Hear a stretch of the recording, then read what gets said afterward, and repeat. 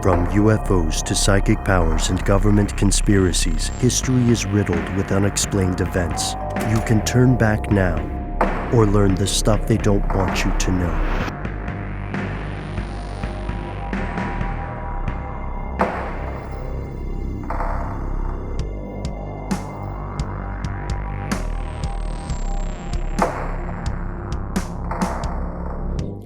The article that I am bringing to the table today is from Cosmos. It's cosmosmagazine.com. A very similar article like this was posted in many different outlets, and it's all in response to a paper that was published in the journal Nature. And I'll just tell you what it says. The title is, "Can We Control Where Lightning Strikes?" Oh. Maybe once, but not twice, certainly. No. Well, here's the deal. We've talked about, controlling the weather and manipulation of the weather for a long time. Specifically with lightning, we came up with this ingenious thing, us humans, something called a lightning rod, where if you've got a piece of metal of some kind that is grounded, stuck into the ground at some point, and it is high enough, then you can generally coax the lightning into striking that pole rather than surrounding buildings or surrounding wildlife, forests and things like that. Generally, it helps at least. There isn't 100% certainty that you're not going to have errant lightning strikes on other things, right? On other surfaces. And also, like, lightning itself is a crazy thing we could even talk about. Like, is it actually coming down from the sky and striking the ground? Or is it the opposite and going up into the sky and the charged particles? I used to, Matt, I got to tell you, I used to think, based on some of the questions or things you're just mentioning, that lightning was somehow sentient when I was younger. And because of Thor, right? What's that? Because of Thor and all that? I knew about the Norse mythology, but I was more like the way electricity seemed to know when and where to connect to places seemed to me to be the actions of a thinking entity.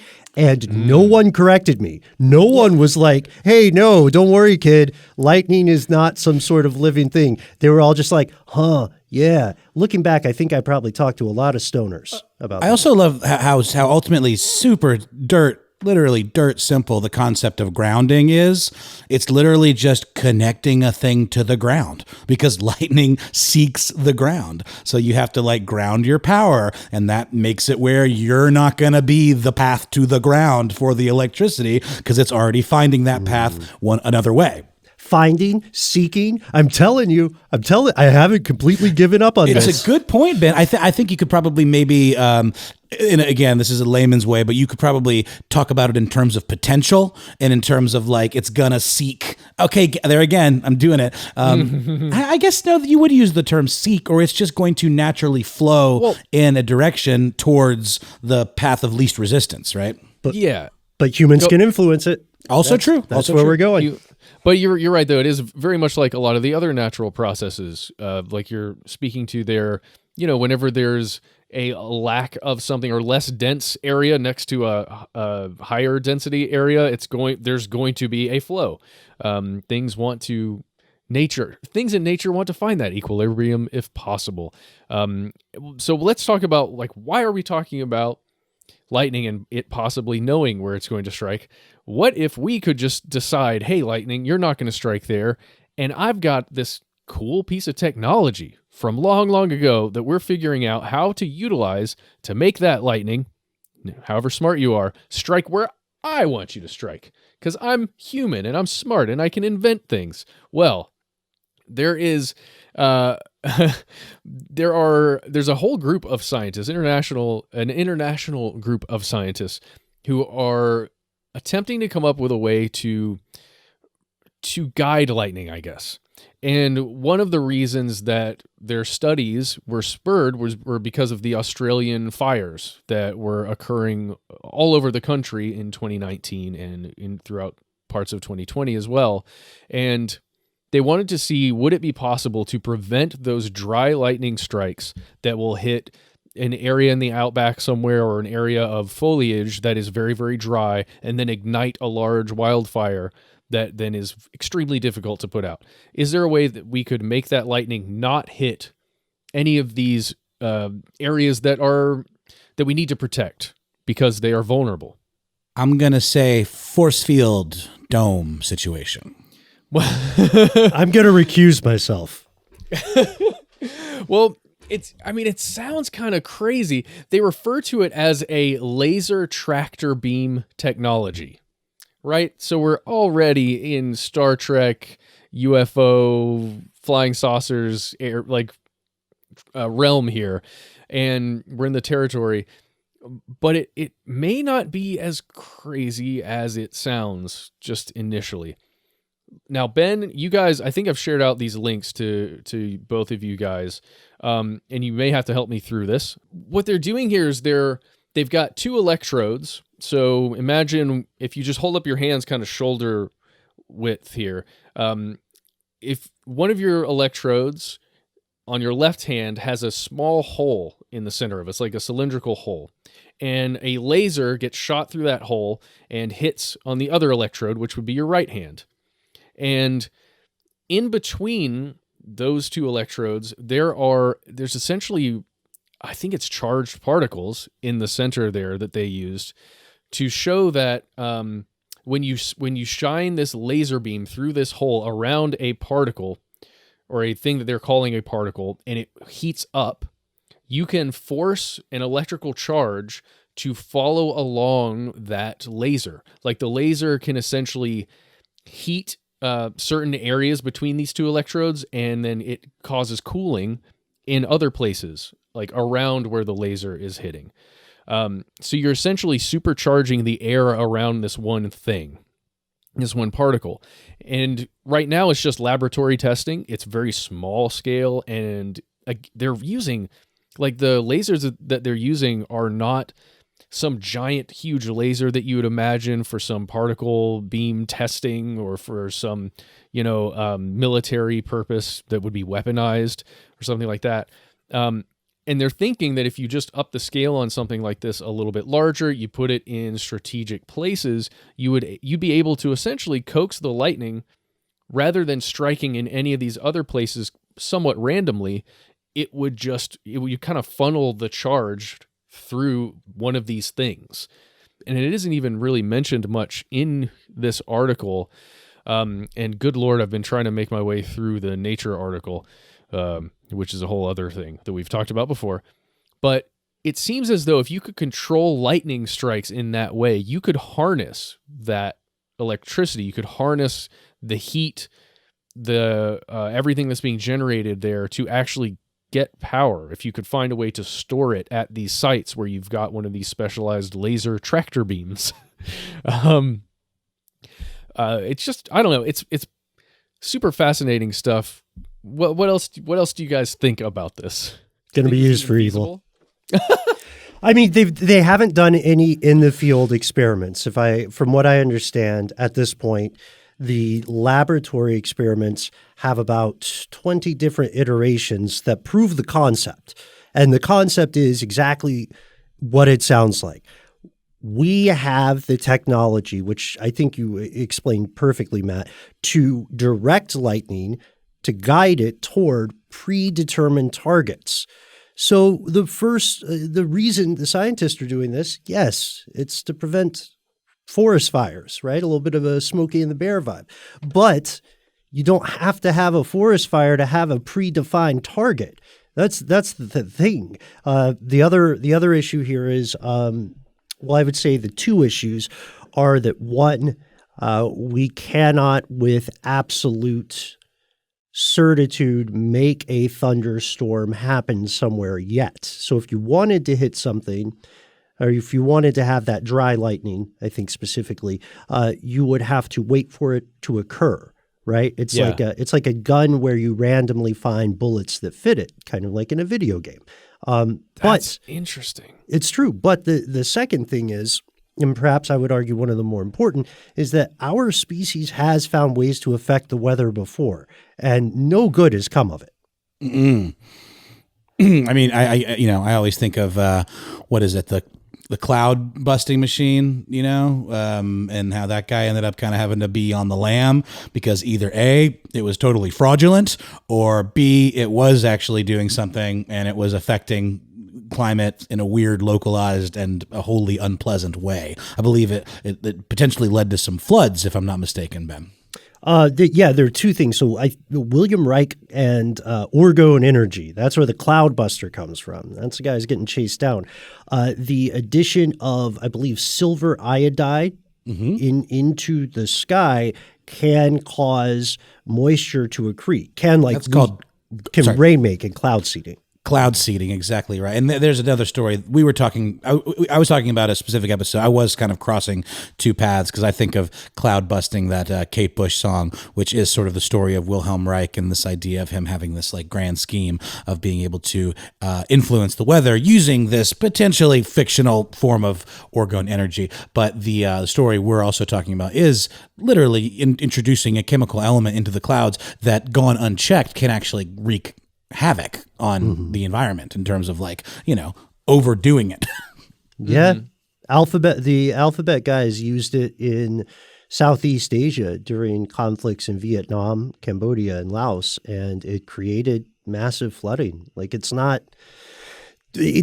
something we can affect, but only kind of in the beginning, and we can't really do much else with it. But this laser guided lightning technology could, in an ideal world, save lives, save natural environments. And to your point, Matt, I think the super forward facing or futuristic view of it is a world in which we can, just like Thor in Norse mythology, we can harness the power of the divine, right? Of Zeus and the gods. Yeah, and this is from the article from one of the physicists, one of the co-authors. His name is Andrei Miroshenko. He says, "We have an invisible thread, a pen with which we can write light and control the electrical discharge to within about 1/10 the width of a human hair." Like, think about that. Harnessing the power of lightning into this tiny little strand. Now that is awesome, cool. I mean, I'm sure you can weaponize that somehow because you can discharge it super precisely after you've harnessed it over very long distances. So you can harness it, then send that baby out, which, is a little scary. But the coolest thing about being able to do that is that they're saying the potential for this technology would be to be able to essentially create a lightning scalpel. Like, imagine if you're, even if it's for non-human surgery purposes, right? For some kind of artificially intelligent surgery that is removing a tumor of some sort or doing some kind of fine surgery, but instead of using any kind of metal to actually make a cut, using some cauterizing laser technology, you're actually using this needle-like thread of lightning to make these cuts and sutures and just all of the things that you could potentially do with it. To me, it feels like once this tech becomes a reality, it'll feel like something that we maybe should have had a long time ago, because it's not like we're doing anything extremely revolutionary here.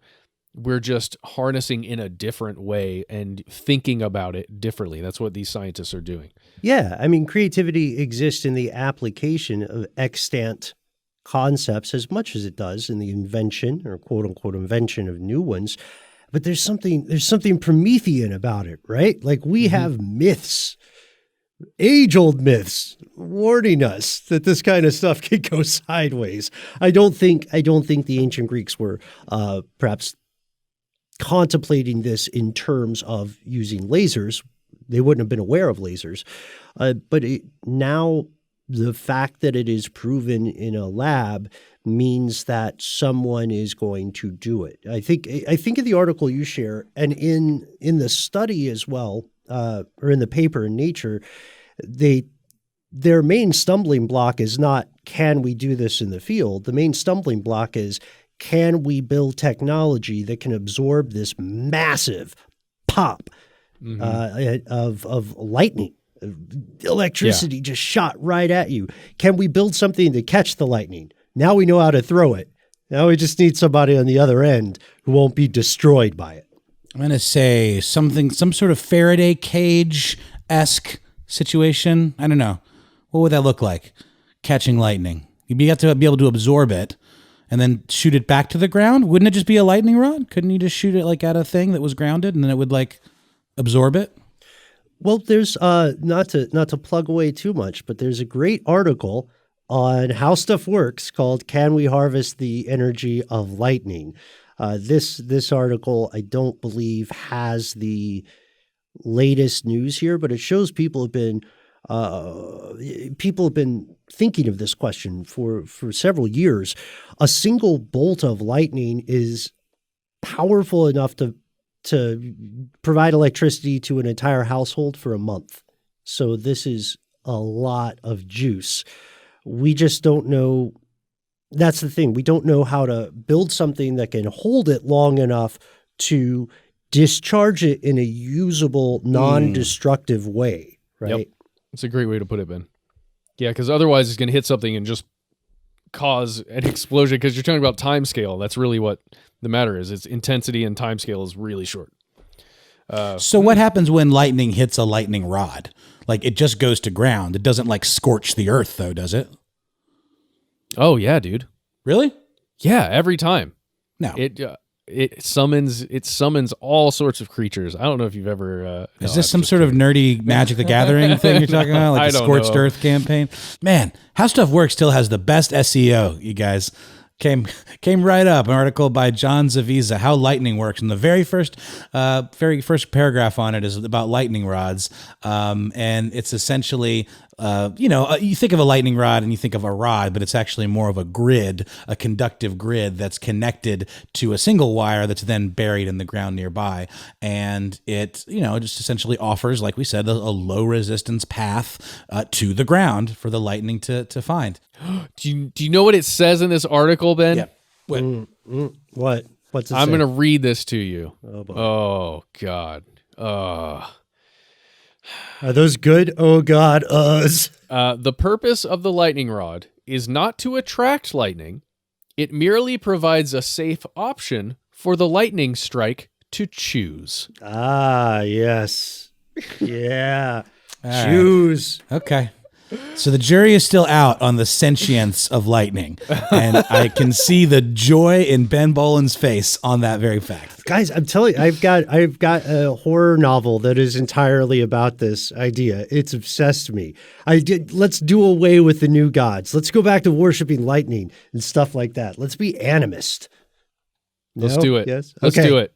Well, let's also keep an eye on this, right? Because this is pretty exciting stuff. Let's hope that it's used for good. But the research is out there; it's public, which means that there are other groups working on this, right? So we're gonna see something happen as long as humanity's civilization continues apace, which is never a given. But how cool would that be? You can control lightning in your own home.